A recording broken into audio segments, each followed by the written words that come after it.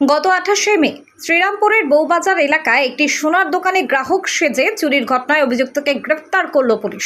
হাওড়ার শ্যামপুর এলাকা থেকে অভিযুক্তকে গ্রেপ্তার করেছে পুলিশ। সুশান্ত দাস নামে ওই অভিযুক্তের বাড়ি শ্যামপুরের বড়গাছিয়া এলাকায়। পুলিশ সূত্রে খবর, একটা সময় গুজরাটে সোনার গহনা তৈরির কাজ করত সুশান্ত। বাইক চালিয়ে বিভিন্ন জায়গায় এভাবে সোনার দোকানে রেকি করে তারপর সুযোগ বুঝে গহনা চুরি করে পালিয়ে যেত।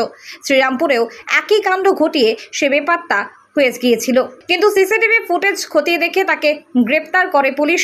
ধৃতকে আজ শ্রীরামপুর আদালতে পেশ করা হয়।